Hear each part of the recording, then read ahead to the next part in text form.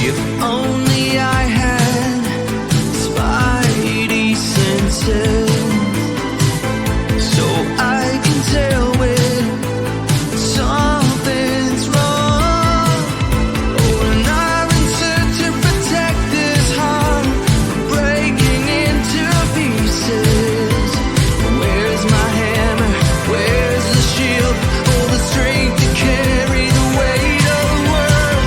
Fly high into the sky. I'll catch you if you fall. I'll catch you if you fall. Fly high into the sky. I'll catch you if you fall. I'll catch you if you fall.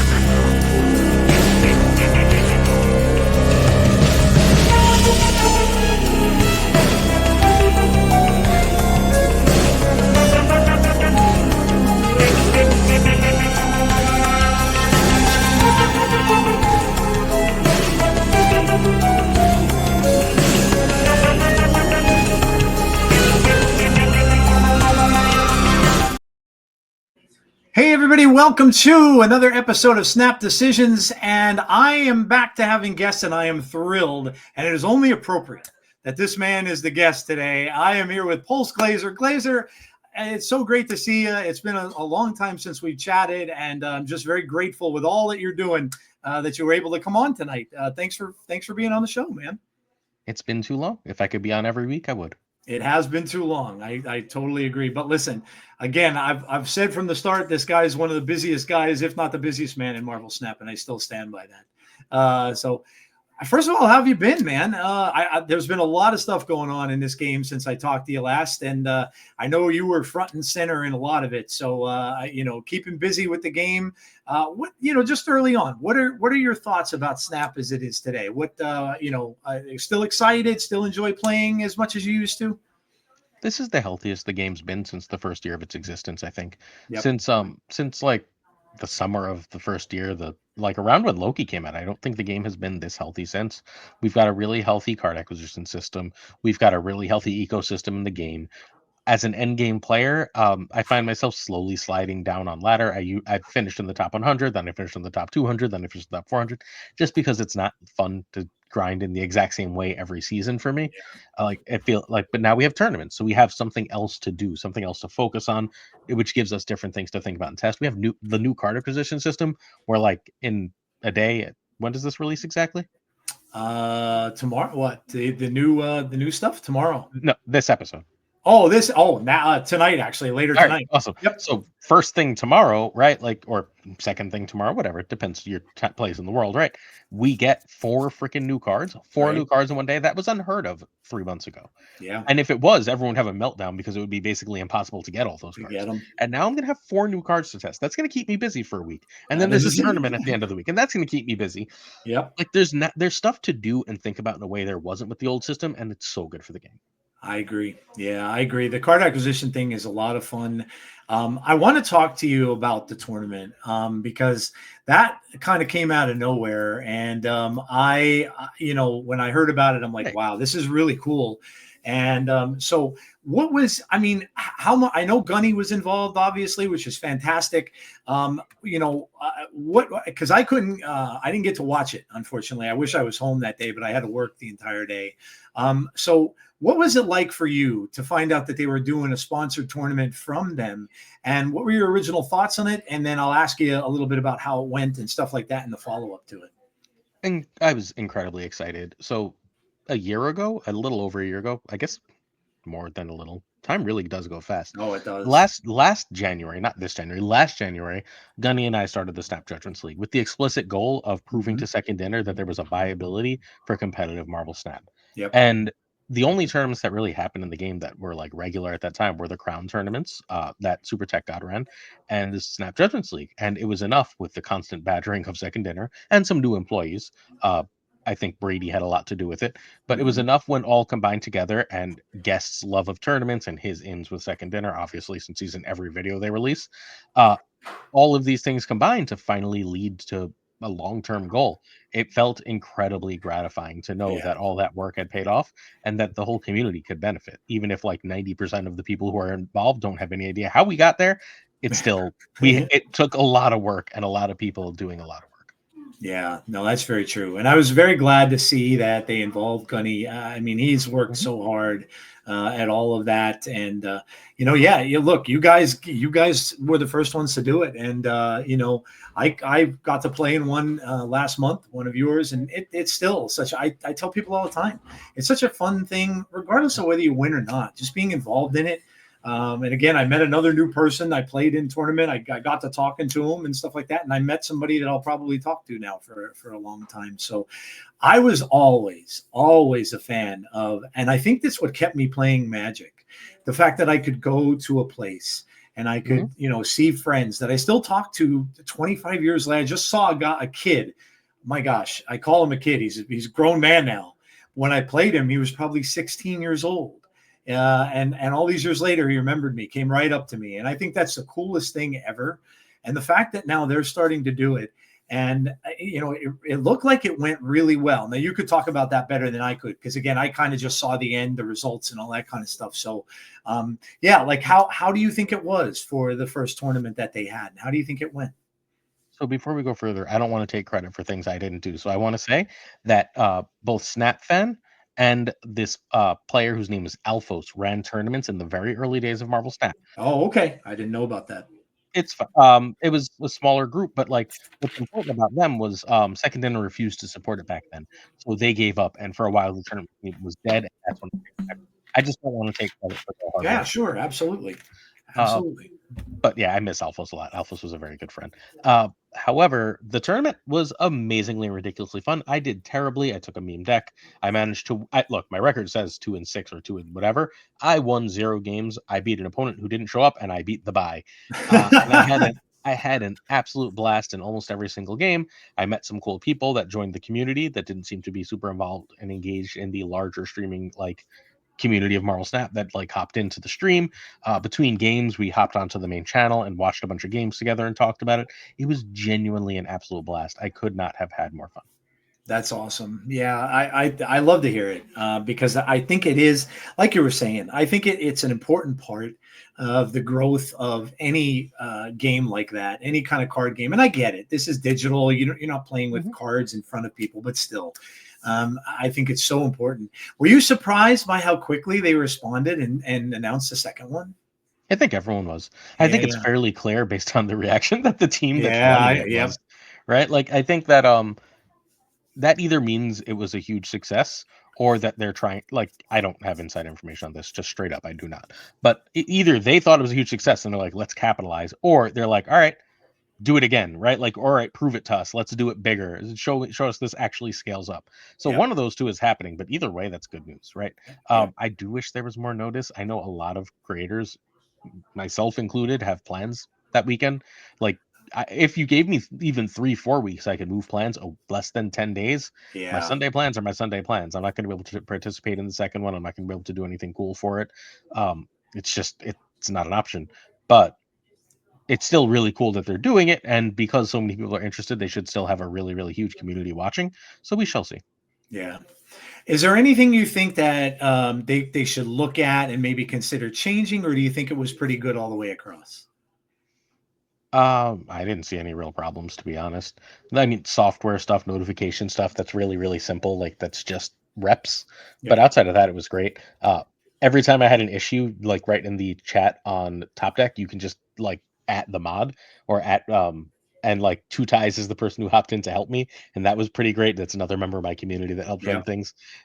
And he's like, "Hello, how can I help you?" It's like, "Hey, it's Two Ties. That's pretty great." It's one of the final 3 or 4 names on my Patreon list. It's like, "Hey, Two Ties." So it's just yeah, it's a great experience. There was nothing I mean, so I like the way they're doing this second one, where they're doing a cut after people. If anyone's worse than 5 or 2, they don't go on to day 2. I think that does help save time. Waiting for a bunch of people who were like my record, like 1-6, didn't really benefit anyone, right? I still had a good time, and some people might still have a good time, but it's probably better for the sheer timeliness of the tournament to do like a mini cut. And the more people you get, you obviously can't just do a top 8 anymore. Now it has to be a top 16 or something along those lines. Yeah, they did Swiss style, right? Is that the way they ran it? Yeah, they ran Swiss. Yeah, that's what I thought. Yeah. Yeah, no, I mean, I got to see a little bit of video from it, and I got to see some of the creators. I had Binks on for a little while and was watching him do it, and it seemed like it was pretty seamless. You know, he would just get a shout out that he had to be in the next game and stuff like that. It seemed like it was pretty good. So yeah, I'm excited about this too, and I really hope it does well.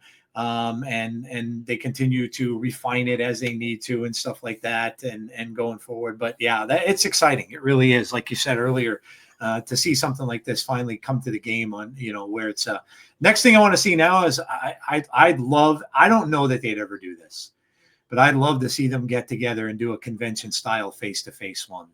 Where people can just go. I think that would be amazing. You creators could go, players could go, players could meet creators that they like and things like that. I think that would be awesome. Similar to kind of what Felicity was doing. But of course, that is something that Second Dinner would consider sponsoring or paying for. So I think, I don't know, but I think that may be in the card somewhere down the line. Oh, that'd be amazing. That would be amazing. I would consider going, pretty much no matter where it is, hoping East Coast, but hey, I would consider going to that. I think that'd be awesome.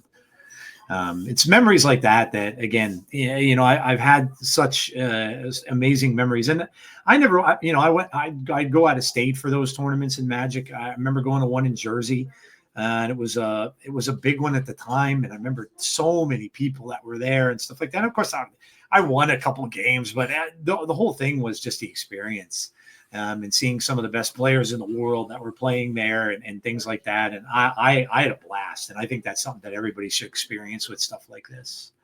So if they're going to do it, I think the way to do it isn't to host their own. It's to jump onto either a PAX or a Gen Con type event. Yeah.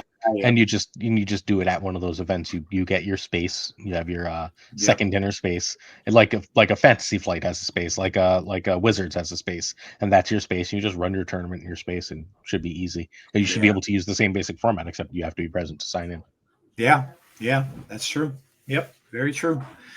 Oh man, yeah, it was good stuff. I thought it was really, really fun, and again, I'm glad I saw it happen.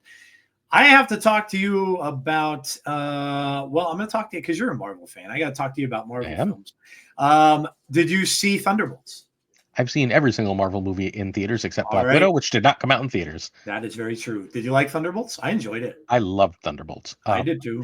It is my second or third favorite of this phase, depending on how you count Spider-Man. Yep. And Captain America? Captain America was good. It wasn't memorable. Yeah. Like, it was fun, but it was more a movie I saw than a movie I remember. Yeah. There's a lot of Marvel movies, and some of them, once you're done, you're like, oh, that was really fun. But like, I don't remember much about I don't remember much about Iron Man 3, right? I know I liked Iron Man 3, but I remember the Mandarin, and I've got basically nothing else for Iron Man 3. Yeah. There's a lot of Marvel movies that work that way. I think that's basically what Brave New was. Fun, happy I saw it, but sort of whatever. Great to see Harrison Ford in anything. The star of my favorite sitcom, forget Star Wars, Shrinking, is amazing. Oh man, yeah, I felt the same way. I thought Captain America was it was a fun watch. I didn't hate it. But yeah, you're right. It wasn't very memorable. But Thunderbolts, I thought they did a fantastic job. I'm a Sentry fan. I love that character. And I thought they did an amazing job with Sentry. I loved how when he was fighting against him, you saw how powerful he was. And people didn't realize it. People are saying, "Oh, it's so much like Superman." I'm like, yeah, he is like Superman. Yeah, it's exactly what he's supposed to be, except he has a split personality. But yeah, I thought that was great. I thought it was a fantastic movie. Speaking of fantastic, I am super excited about Fantastic Four. Yup. Oh my gosh. The more I see from that, and the fact that they revealed Galactus and they showed what he's going to look like and all this kind of stuff, I cannot wait to see that movie. So July is going to be fun, man. That and Superman both come out the same month. I have a theory actually regarding that. Go ahead. Fantastic Four and Superman have one very important thing in common. They're movies where it's not really about the plot or what happens, it's about nailing the tone. It's about nailing the feeling of Superman. That's what Snyder didn't get, right? With Yep. Superman being sort of selfish and everything being dark. It's like that's not the tone you need for a Superman movie. That's not the feeling you're trying to get across to the Correct. audience. And Mhm. Fantastic Four is much the same way. Those movies were fine, right? Like the originals, not the Oh second yeah, ones. yeah. They were fine, but they didn't understand what Fantastic Four was. It was a Yep. generic movie. It didn't get the right tone. You need to nail that tone for those movies to work, and the tones are honestly fairly similar. They're a little science fictiony, a little fantasy, like high fantasy, like aspirational tales, Yeah. right? Like feet of clay, power of gods. Like Mr. Fantastic's gonna figure something out. Things gonna get up again. Superman's gonna like find the will to hope. But Yep. like it's about the getting there. It's not even about making the audience question. The audience doesn't actually question whether Superman's gonna succeed or whether Mr. Fantastic will figure it out. That's not the point. It's instead about the journey getting there and rooting for them to get there. Yeah. Yeah. Absolutely. And Mythology.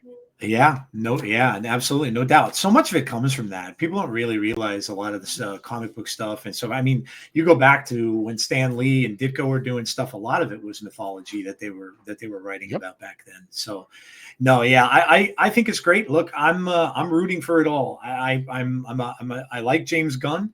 I like what he's done so far with the animated series that he did, and some of the other stuff for DC. I think he's going to kill it. And now, since Marvel kind of pulled out of Comic-Con, it's going to be a Mhm. DC show, so they're gonna really be able to come and hit that hard.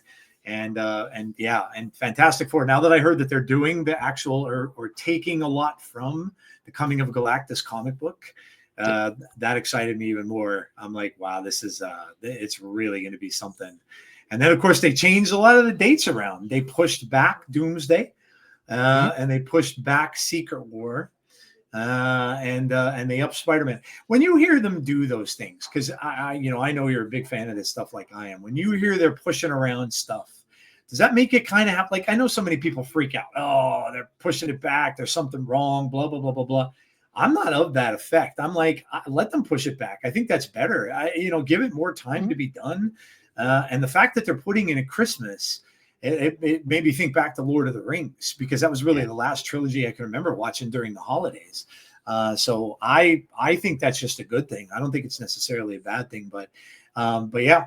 And then of course we got Spider-Man now, announcing some of the things and some of the cast members and things like that are going to be in that too. So I don't know, man.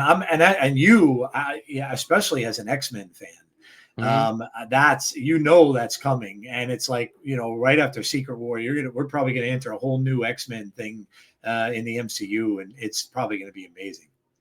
Not even worried about X-Men. As long as X-Men 97 keeps going at this quality, Oh, that's my so X-Men good. my X-Men itch is that scratched. that I'm is good. you're right. That is so good. Oh my gosh, that series blew me away. I still can't believe they did the Wolverine getting the adamantium ripped out of it. Yep. That was awesome. Yeah, no, I agree. Yeah, that it's very, very, very good. All right. Well, you know what? We'll talk more about some Snap here. I just got to go on a little side rant there about movies, but let's talk a little bit about the OTA. We waited for this for a long time, so, and we had the Thanos meta kind of dominating things for a little while, and everybody was kind of anxious to see what this was going to bring. So I'm just going to go through them card by card. And I know, you, I'm sure, reported on this when it came out, but just get your Mhm. thoughts on what this is and what you've seen maybe from some of these cards so far. So we'll start off with Cap Shield, and all credit goes to for the graphic. This, of course, is from Nina is Noob. Mhm. But yeah, Cap Shield going from a 0-1, losing the point of power, going to a 0-0. What did you think of this? And do you think it hurts Sam Wilson? You think it'll stop seeing as much play as it has? I think it pushes Sam out of a lot of decks, unless you're running the full Craven, Silk, that whole thing with Yeah, Batrock and so on. Or you're running like full ongoing. I don't think you want Sam. Like we were using him as a way to get extra images of icon type spells, right? yeah, I think that kind of thing is gone. And I've realized I'm losing a lot of games. I don't have the threat of winning like a rickety bridge with the shield anymore, or just like yeah. that easy stealing of that location. There's a Yep. lot of stuff like that that's changed. I think Sam is like I don't think Sam is better than Surge right now. And I thought Sam was like significantly better than Surge before Yeah. this. Yeah, Surge is a very, very good card. Definitely, I think the best card of the month, without a Oh doubt. yeah. Yeah, that's a great card. All right. So yeah, no, I agree. The first thing that came to my mind when I saw it was, like you were saying, you can just win a lane with this. If there's a lane that the opponent can't get to, and that is in that lane, you can pretty much just win that lane. So I always thought that was kind of a powerful thing. But yeah, I would agree. I think that this that it's going to probably hurt it enough where, like you mentioned, it's not going to appear in as many decks as it probably did before. So what about Hazmat? This one was a weird one to me, especially because Thanos was so prevalent, and this was a deck that, the Toxic List was one of the decks that really was able to, beat it in a way. But yeah, what did you think of the Hazmat change? I mean, according to their stats, they had a clear top three decks. It was Thanos in Yep, one, then Affliction, and the Sauron deck in two yep, and three. No one realized that the Sauron deck was quite that good because top players get bored playing it because it's yeah, extremely boring. But yep, the Hazmat list needed a nerf, and this is a really big nerf. It's also a really good nerf. If your opponent plays 8 cards, Hazmat was a 2/10. You shouldn't get a 2/10 that enables your whole deck. That's yeah, just like, that's Scream, right? Like, Hazmat is Scream in that list that you just have to play later, which alters your play patterns, but it was the same power. Everyone ignored the power that Hazmat meant for you, and I don't think that was a fair representation of how the card played. yep, I do think this significantly weakens the decks. I think we're really struggling to figure out the right way to play it and the right things to do with it, but that's probably a good thing. Those decks were sort of solved, and it's better to have, like, to experiment and figure what the exact right costs and slots are for the metagame to further evolve. yep. Now, do you think this brings back old style Wong Surfer Hazmat list?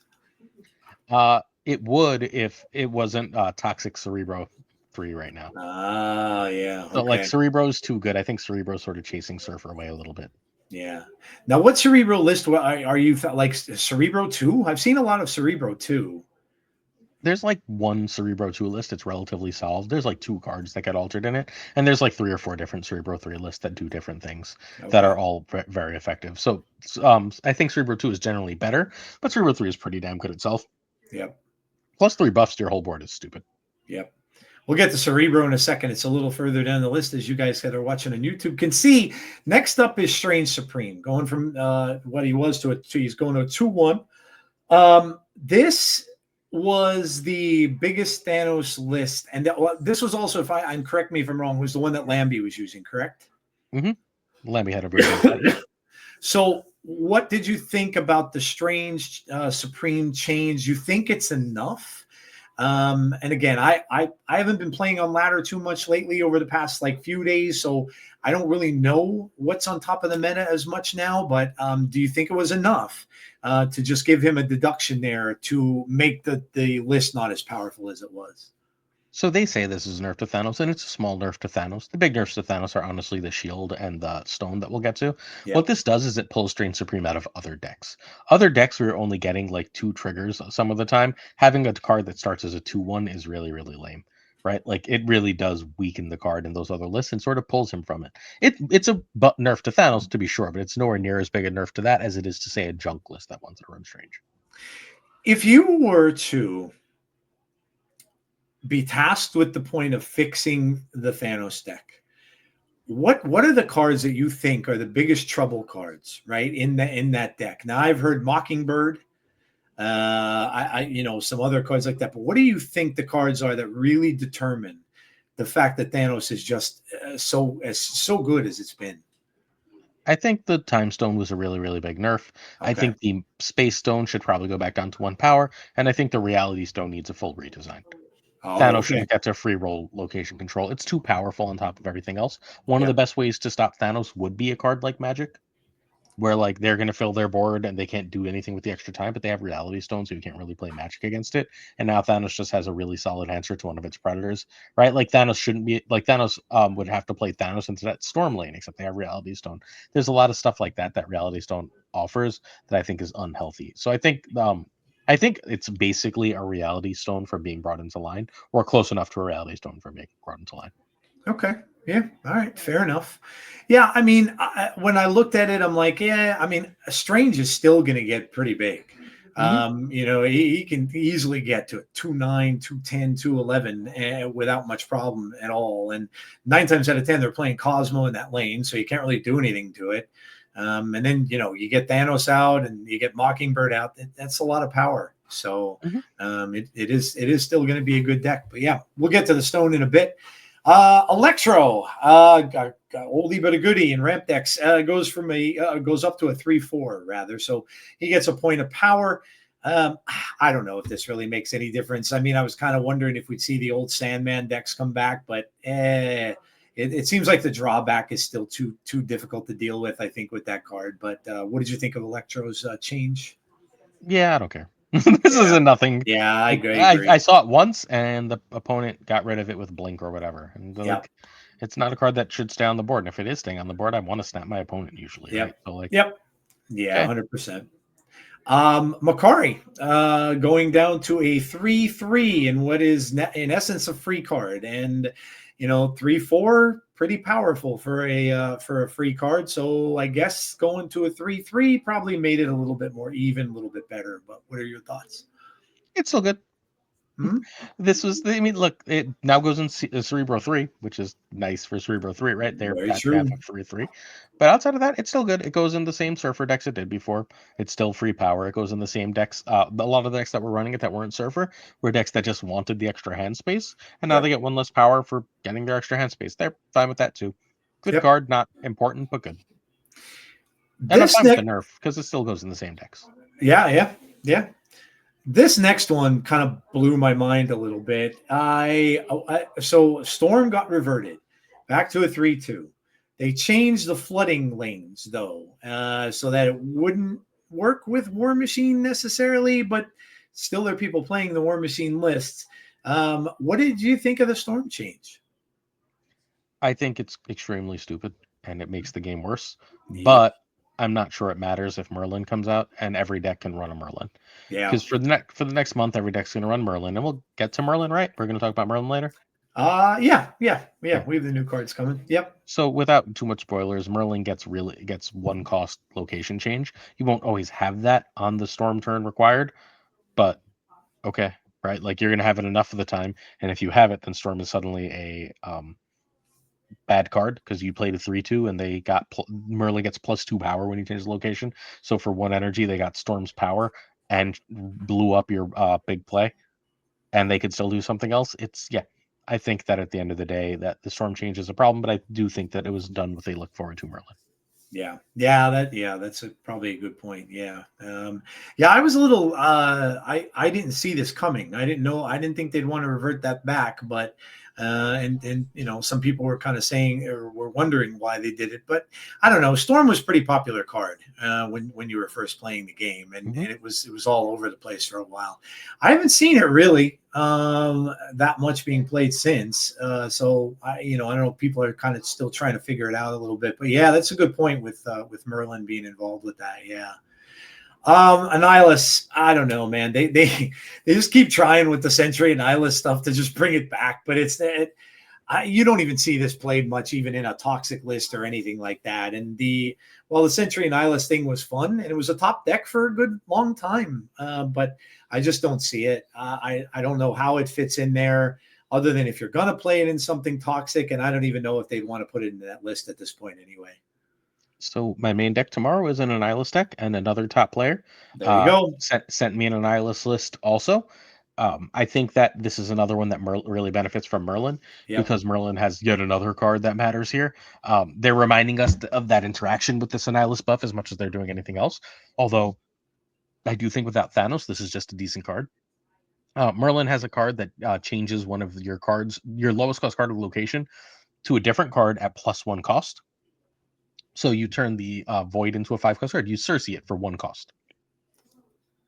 Okay. I'll Cersei a Void for 1 cost, Yeah, right? yeah. And if I don't Cersei it, if they filled that lane, right? Like now that I have that way to play around it, or I can just play Annihilus and give them the Void, and I have optionality and a lot of power. Like I think that that's going to end up being really, really effective. Yeah.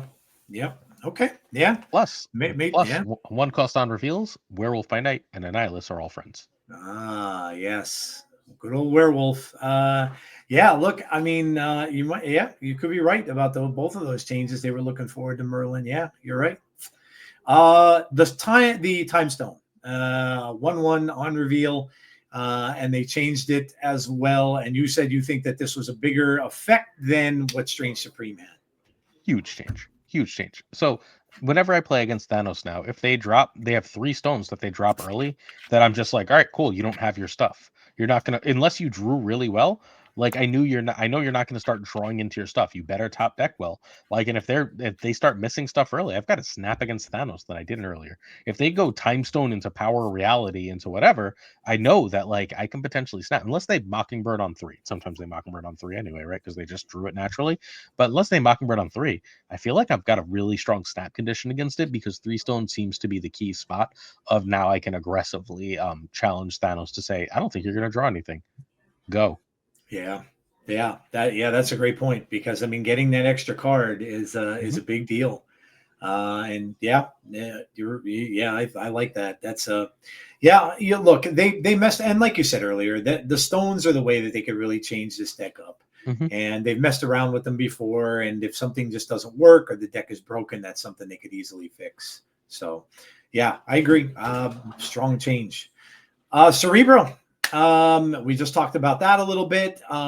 You are starting to see some Cerebro decks getting played and things like that. So yeah, look, there are people that love this card. They swear by it. They play it all the time. Whether this will ever be, do you think it'll ever be a top meta kind of a deck? I think it is a top meta type of deck right now.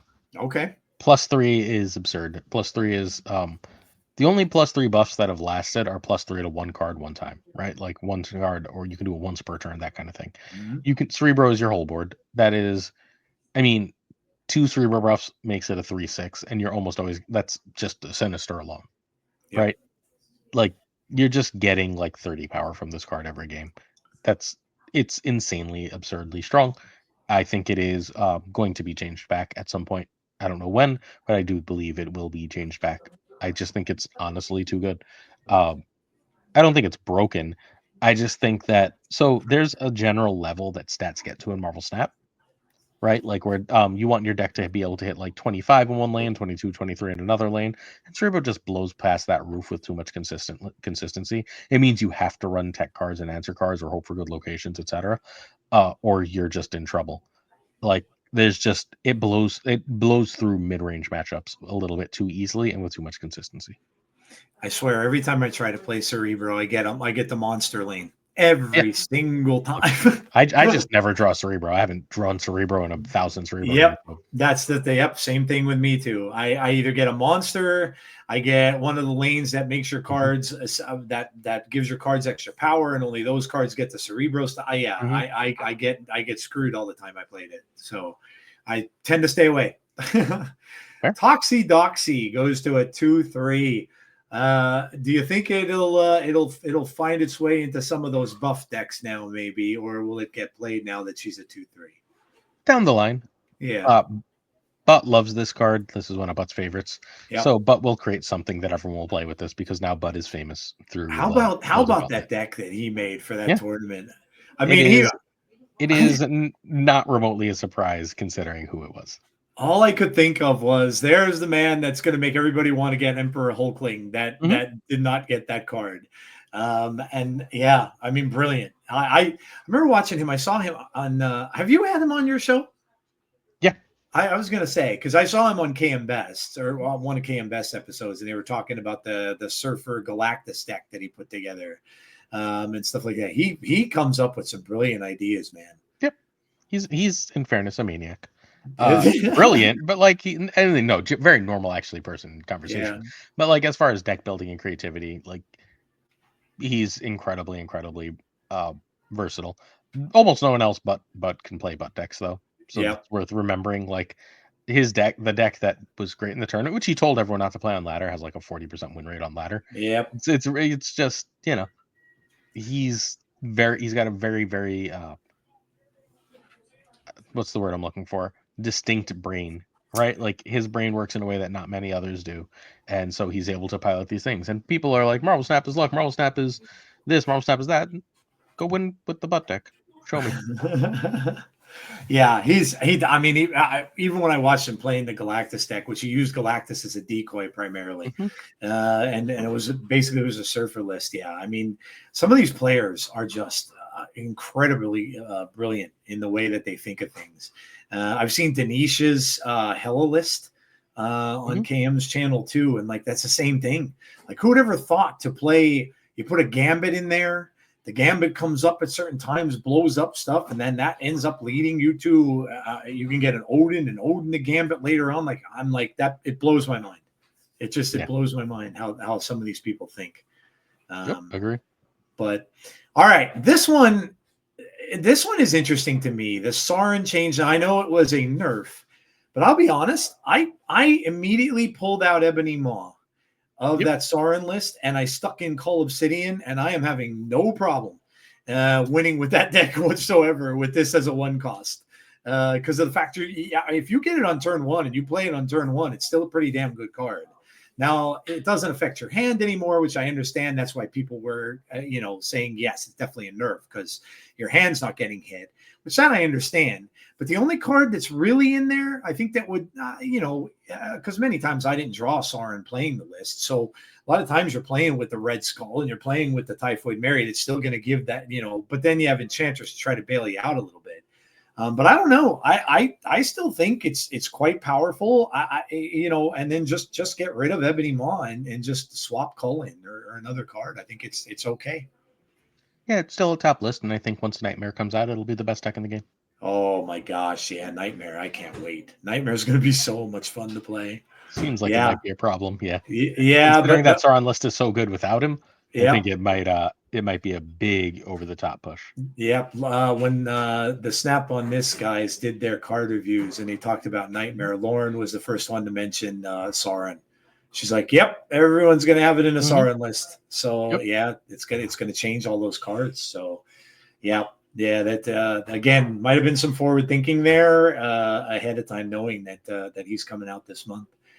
And then last but not least, we get Hercules, the move card that not too many people play. Now they may, because it's not moving your opponent's cards anymore. What did you think of the change? Still not good, but it's playable. Yeah, Like yeah, that's better, right? Like it used to be definitely better. embarrassing, and now it's like it's still not good, right? Like you should not be playing it if you have all the other move cards unless you just want to for fun. Yep. But the caveat there is like even though it's not good, it's not terrible. And there's a lot of not terrible cards that can see some play. And like I'm Yeah. fine with Hercules being there. I wish he was good because I love the character. Yep. But like I'm happier that it's playable than not. Yeah. Yep. Yeah, I agree. And I know I heard a lot of people that do use the card that were pretty happy about the change because they always Mhm. thought it was kind of stupid that it moved your opponent's cards anyway. So I'm hoping the next change they do is once each. okay. Yeah. All right. I'm going to ask you about this past month in the cards because I know again you might be the biggest X-Men fan I know.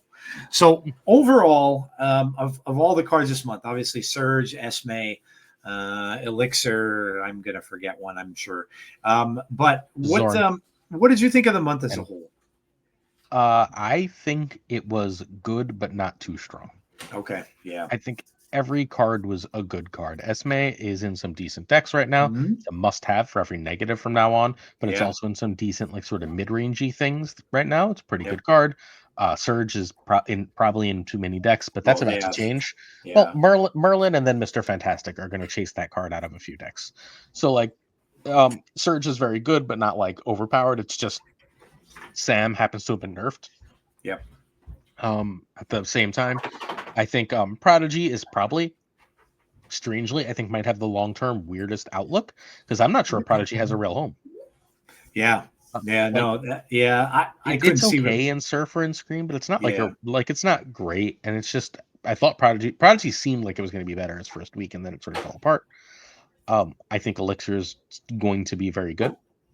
We're waiting literally another few weeks, I think, at least according to data mines, for I forget his name, but Kid Omega. Kid Omega. For Kid Omega, I always want to say Quentin, because Kid Omega, like no one calls him Kid Omega. All right, and then Zorn is decent. It's got like 2 decks, but it's decent in those 2 decks. Nothing overpowered outside of perhaps Surge, but I think a very overall fun and successful month, and it puts a bunch of characters I really want into the game, most notably for me, Prodigy. I had to learn a lot about those because I was never, I think I told you this before, I was never a big X-Men reader. So I had to learn a lot going through the Comics Corner stuff about some of these characters. I had no idea. Mhm. Now I knew the whole Zorn thing, and because I was reading faithfully then, because Yeah. that story just intrigued me. I love that. And then going through that whole thing. I didn't know, however, though, and I'm sure you knew that about the whole kind of feud going on between Marvel and Grant. Was it Grant Morrison that were Mhm. back and forth on that? Yep. I didn't know that happened. And when I read it, when I was reading about it for my show last week, I was like, wow, I didn't realize that they were kind of in a little bit of a feud about that whole thing. So it was pretty interesting. And then of course, Zorn became a different character altogether. Yeah, that I didn't But love, but it's fine. yeah. Yeah, but I learned a lot about those characters, and a lot of them intrigue me enough to now go. I'm going to go in my Marvel Unlimited app and probably read a lot more of the X-Men Mhm. books than I used to read. But The oh, the the new look. X the new Go ahead. X-Men book that Yep. happened right after the Grant Morrison new X-Men. The Yep. Grant Morrison new X-Men's obviously incredible, but then the new X-Men book that happened after that is basically New Mutants. Okay. It's a new. It's I mean it's not just it's a New Mutants book, right? Like it's got all the extra New Mutants characters. Yep. The newest New Mutants character. You know what I mean, right? Yep. Yep. Like, thank you. All right, good. Rather Yep. than have to say New and Mutants 18 Nope. times, it's Yep. got a new Yep. set of New Mutants. That book is really, really good. It's like it feels like reading New Mutants, except with different characters. It's very good. And New Mutants is one of my favorite Yeah. runs ever. I'm gonna have to start going back and Mhm. checking out some of all that stuff.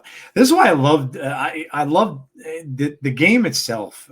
Makes me kind of love more Mhm. books than I did before. I didn't know a lot about some of these books, and now I have to go back and read them just simply because I'm Yep. playing them in the game. So yeah, that's cool. Well, yeah, there you go. So that's kind of a wrap up a little bit on the OTA last month. I don't have slides for this, but we are going to look at Masters of the Arcane. So let's go. We'll go through these, get your thoughts on each one of the cards, and go from there. So we'll start with Merlin. He mentioned already a couple times. He's a 2/3. At the start of each turn, add an incantation to your hand. So again, we have been blessed with strong season pass cards. Mhm. And this is going to be another one of those that I think is going to be another very, very strong card. So we'll go over Merlin and we'll talk about each one of the incantations and stuff like that. So first, your thoughts, obviously, on the season pass and Merlin. And I always recommend people get the season pass. It's the best value in the game. So, and you're going to get it. You're going to usually get a very, very good card. So Merlin overall, what do you think of Merlin?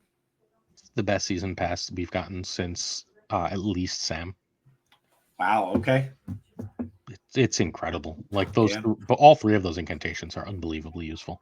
Yep. Yep. I'm going to The read them off. We have Go for it. Omniversal Presence is a 1, obviously 1/0, no power to these Mhm. because they're incantations.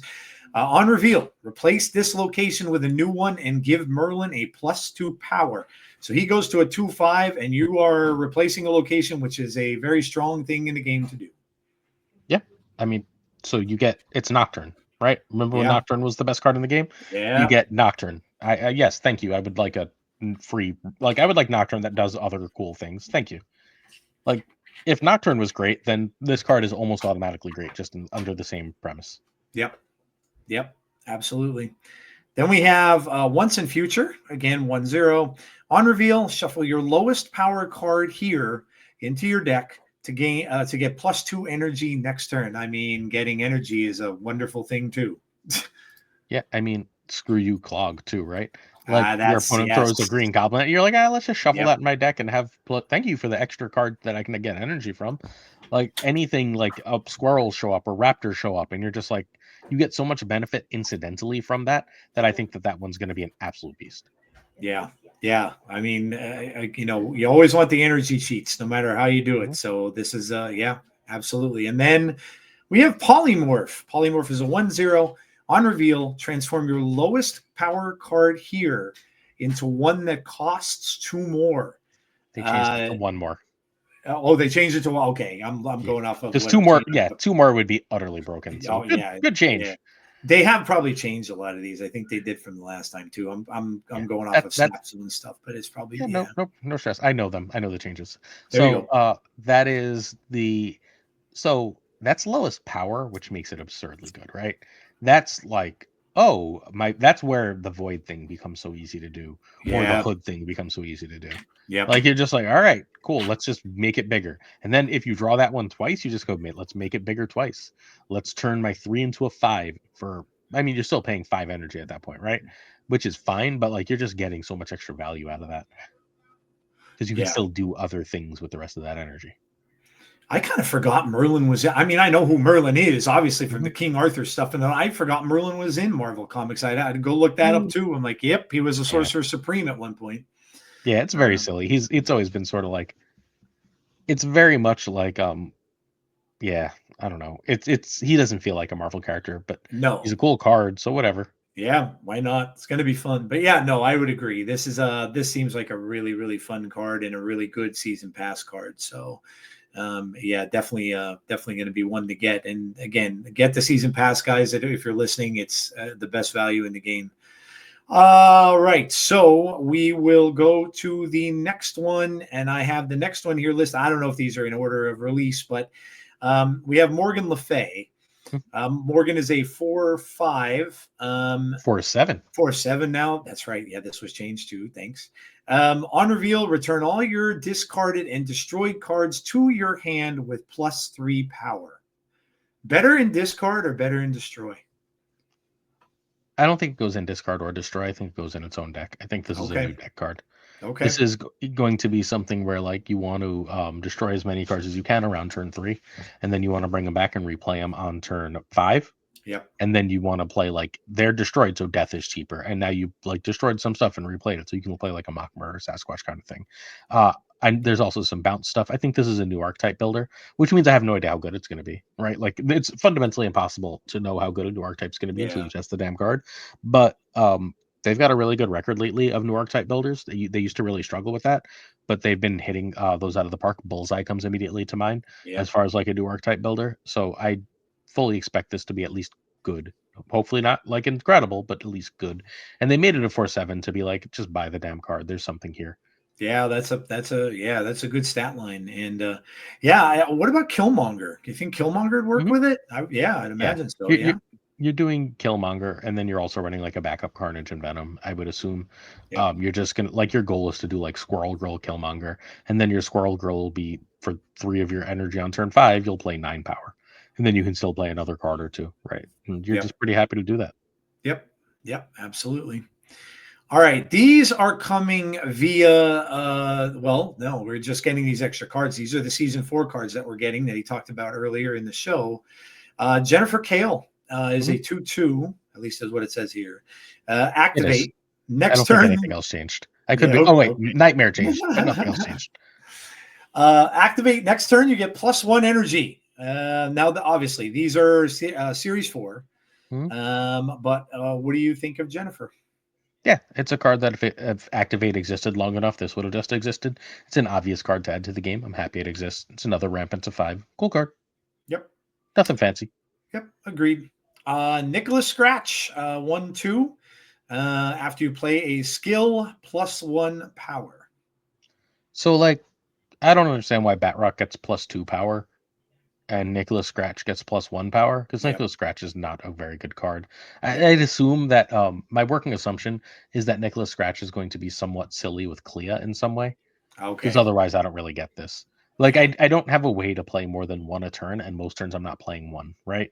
So he's going to be a 1/5, 1/6, which is really solid, right? But like I'm doing a lot of work to get there, and it's not like it's an ongoing, so I can play it last turn. If it's an ongoing, we can talk. So like if it shows up and it's an ongoing, pretend I said it's amazing. But if it's not an ongoing, I have to play it on 1. It has to sit there gaining power. I'm not about that life. Yeah, agreed. Then we move to the Ancient One. The Ancient One is a 3/5. On reveal, add Tau Mandala to your hand. And then we'll look at, of course, what Tau Mandala is, which is a on reveal. Copy the text of one of your ongoing cards here onto your other characters here. ongoing has been pretty good, regardless of whether it's been Thanos or whether it's been Moonstone and stuff like that. Do you think that the Ancient One fits into those ongoing lists, or is it going to be something else altogether? I think it's a Victoria Hand card more than anything else. Yeah. I think Victoria Hand's really going to like it because that doesn't run too many ongoings. You just want to find the right ongoings to copy. So you don't want a million, you want 2 or 3 that you're really happy to get extra copies of. But 3 is still very expensive. So I can see it being fairly clunky. But like Victoria Hand has all these extra like 1 cost cards that you don't care about their ability, right? You don't care about a demon's ability once it's played. You don't care about the whatever that arrow is called, basic arrow or the other you're not going to play with the Pim arrow, but you don't care about the base. It's decent with the Pim arrow. Pim arrow is the only on reveal. You get +3 to all your cards in that. Like you can't fill the lane, so you'd have to play it earlier because that's automatically going to not fill the lane. So it's a little complicated with that one. But outside of that, I think it's just strong. I don't think it's amazing or broken, but I think it's strong. Yep. Now the most fun card of the month, in my opinion, and we talked about this earlier as well, is Nightmare. Nightmare is a 2/2. Nope. 3 -1. That's right. Now they did change him. Yeah, they whacked him. Yeah, that's it. Well, probably a smart thing because it's they tested him and went, oh no. It is an immensely good card and looks to me like it's going to be this and maybe Dormammu depending, but it looks like they're going to be the most fun cards, I think, of the month. On reveal, replace the text of each card in your hand with text from a random card of the same cost. Now, we already mentioned Sauron because of the drawbacks and stuff of the cards. But what are you looking to do, or what kind of a deck are you looking to play Nightmare in when you get it? I don't think it's anything but the Sauron deck, but I think that's enough. Yeah. Like you want big numbers. You want a deck with big numbers, and then they get different abilities. And sometimes those abilities will be bad. And you won't play the card. So yeah, that's true. Yeah. I mean, imagine you get, I can't even, it could almost be anything. Like you'd put a 6 out there and you're going to get a different ability on a 6 cost card. But you'll know, right? Like you will. With one exception, if you play it in with Arisham or Scar, you'll know exactly what it'll turn into. The other one of them. Yep. That's true. This is going to be nuts because everybody's going to play this card. So it's going to be a weird time, I think, in the game because you're not going to know what anyone has, which is really kind of crazy. You know, that's what time is what it is. Yeah, you're right. That's Shang-Chi and Grandmaster. Yeah. But it does mess up that Dex Enchantress, right? Like if they haven't drawn Enchantress, which means that ongoing could also potentially answer it in a way it couldn't before. Yeah, that's true. Have you ever read any old Doctor Strange Marvel books and stuff like that with Nightmare in them? I love the way they did the art for him. Yeah, I read a whole ton of really old Strange. Yeah. I was a really big fan of the way he used to look. The way they inked him many times. He had many different looks to him. Sometimes like very psychedelic. And just I really love the way that they drew him. So he was always one of my favorites, and I'm glad he's coming to the game. That's really cool. Next we've got Clea. Clea is they changed her. Is she a 1/1 or 1/2? She is a 1/2, I believe. Okay, yeah, then they did change her too. When this permanently gains power, one more change. Sorry, it's now -3. Oh, okay. Oh, yeah, that's right. Instead of -2. Yep. So when this permanently gains power, that's a kicker here. Add Flames of the Faultine to your hand, and the Flames of the Faultine gives one target a -3. I think it is. Yeah, one target here. Yeah. So the hard part about this is it seemed like it would be a good toxic card, but the permanently gaining power thing is tough. Yeah. Marvel Boy. It's kind of it. You can do a hand buff deck, but the other answer is Marvel Boy. There's probably some kind of zoo deck that runs Marvel Boy and Joaquin Torres. Okay. So it's possible that's good. That could also be complete garbage. It's really hard to know. Yeah. My assumption is it's complete garbage, to be totally honest. But yeah, that's another card that I would really have loved to seen done better. I've always loved Clea too. I don't like Clea. Oh, don't you like Clea? No, never liked Clea. Oh, she was a little too Mary Sue to me. Okay. Yeah, you have a point. Yeah, you have a point. I liked her in the old, the 70s Strange books. But yeah, the new ones are not. I tried reading one of the newer ones that she's in, and I wasn't a fan of it. Yeah. Yeah, I think she became the Sorcerer Supreme more recently, and At I was some like, point. yeah, it You, was you know, weird. you know who the Sorcerer Supreme is right now, right?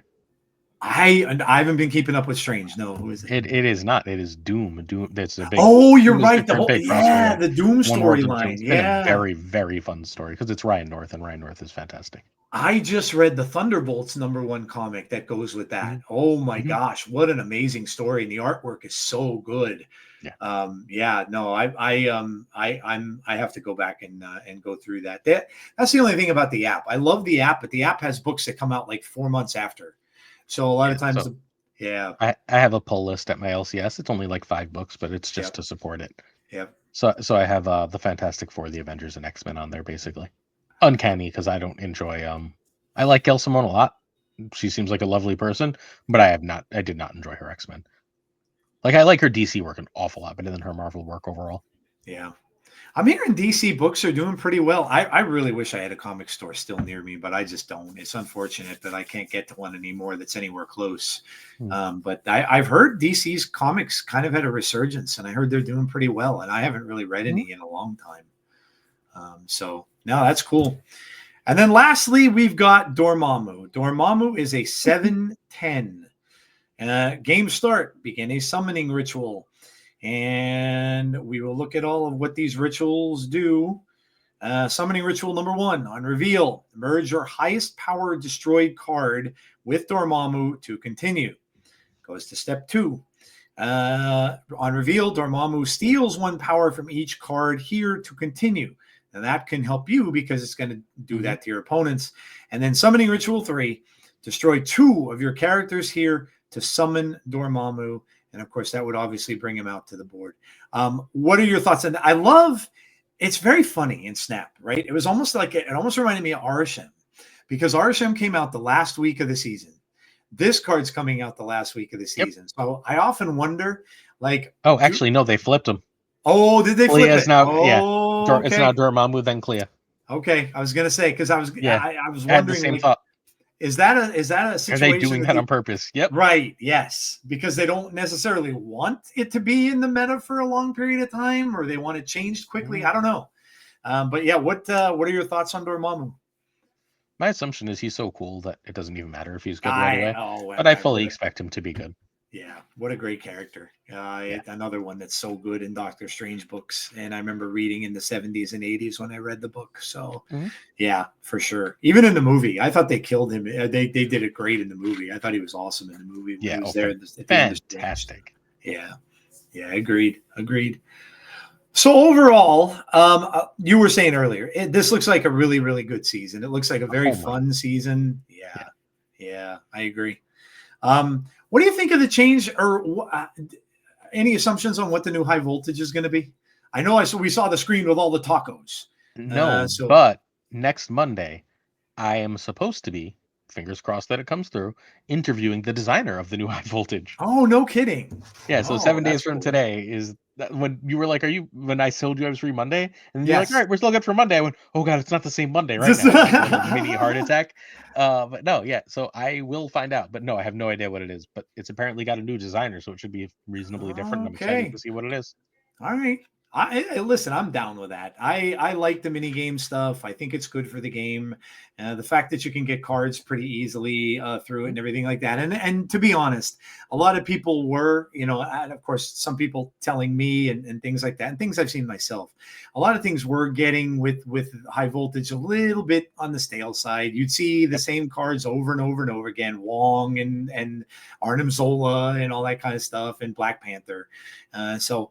Yeah, I'm not sure what it's going to be, but it looks like it might be a lot more fun than what it was before. Different is good. This month is a month of a lot of different, right? We've got 2 OTAs weeks in a row. We've got 1 million meta shakeup cards coming out. We've got, as spoiled by guest earlier, 2 different limited time modes coming out. We've got a tournament. Like this is an extremely busy Marvel Snap month. Yeah, and there's look, a lot's going on in the game, which is always great to see.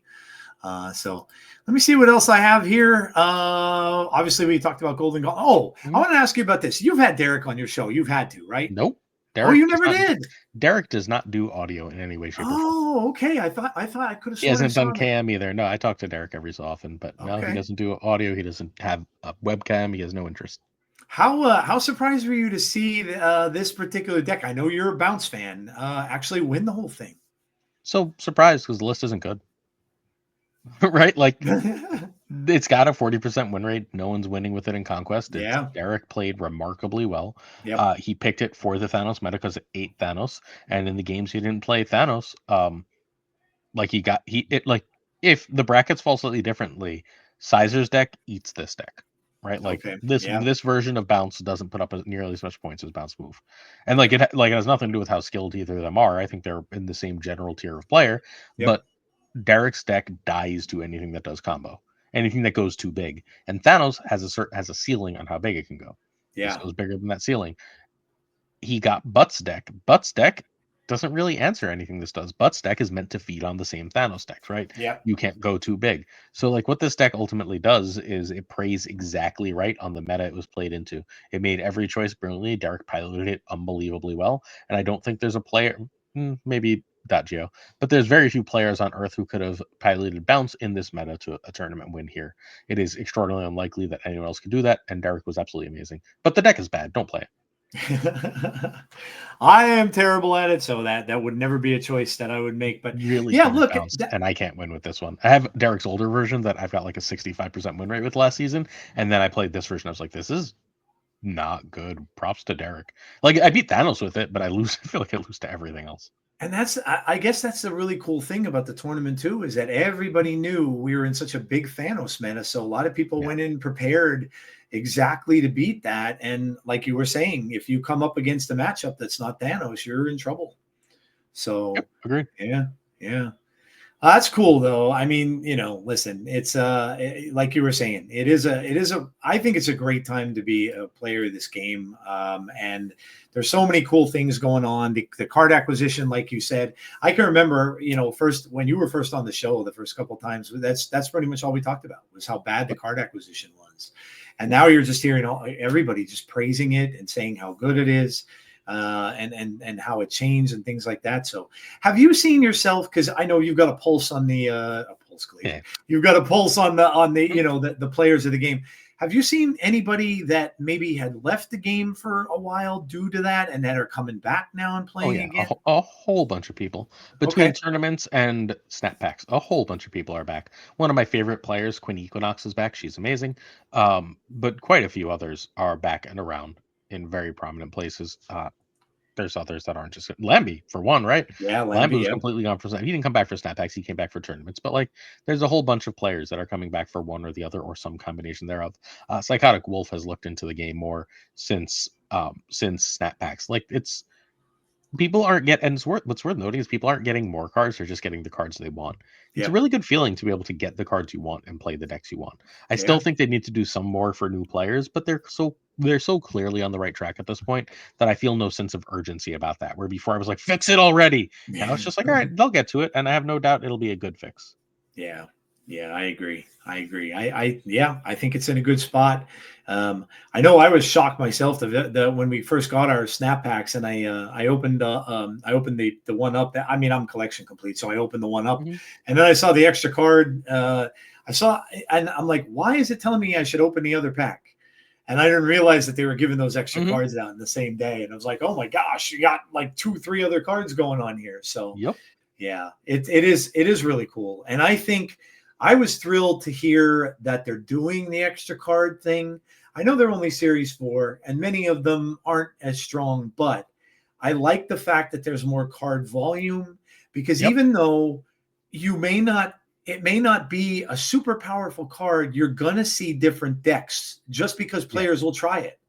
And I think that's a great thing for the game. That's one of the things I missed, being primarily a Magic player, was the fact that you had so many sets that would come out every so often, and you could just make so many different decks. And when you'd go to tournaments, you wouldn't see. Now, sure, there would be one deck that stood out, and you'd see that a lot of players playing that, but you would see different decks along the way.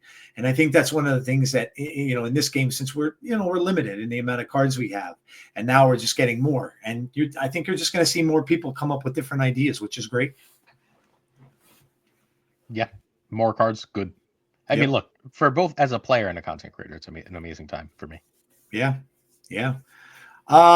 Speaking of which, you're still doing your show. I know you have the pod out every single week. You have it on your stream now, don't you? On Fridays, is it? That you did you stream? I stream usually Thursday nights. This week it'll be Wednesday night, the new season one. Tucker his family night is Thursday nights, and Tucker wanted to be the new card guy after Docty stepped away. So I was like, all right, we can do new card. We can just move it to Wednesday once a month for that. So it'll be Wednesday this week. Outside of that, it's Thursday. We record the pod live at Pulse Glazer, Twitch.tv. That's right. Pulse Glazer. And and then I still have the YouTube going every day, and I stream I feel like I don't stream often, but I'm streaming either 4 or 5 days a week, so I'm not sure. I was going to say that's pretty. That's a lot. Well, I do 9 YouTube videos a week, so I feel like I'm rarely streaming in comparison. So. Oh man, crazy, dude, crazy. Yeah, pop in and obviously check out Snap Judgments pod and pop into Glazer streams. It's fun, man. Glazer is good entertainment there too, man. Good choice of music and stuff like that. So, obviously, again.